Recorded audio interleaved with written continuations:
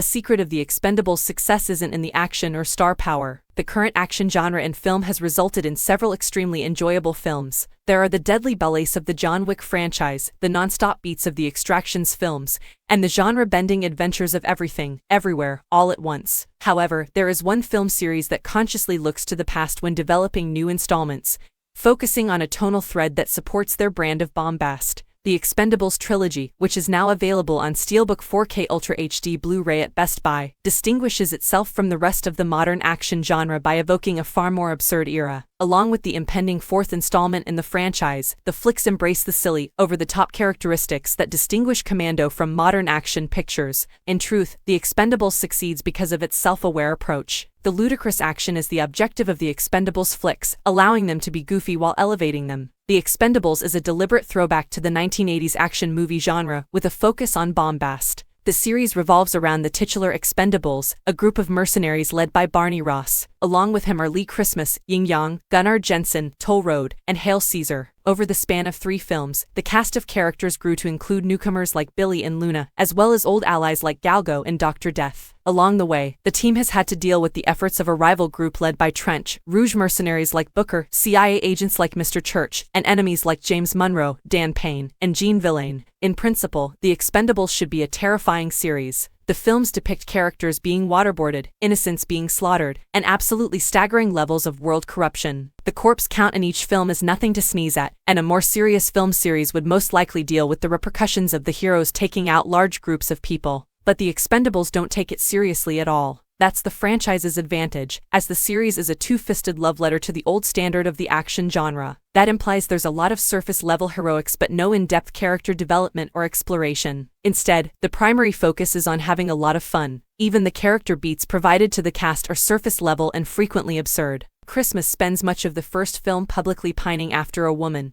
despite the fact that his major emphasis should have been on the fierce gunfights in which he finds himself involved. Christmas confronting the woman's abusive boyfriend could have been a dramatic turn in another film, but it's instead used to justify Statham beating up a group of ethically compromised idiots. This is true throughout the series, and it is beneficial to the overall story.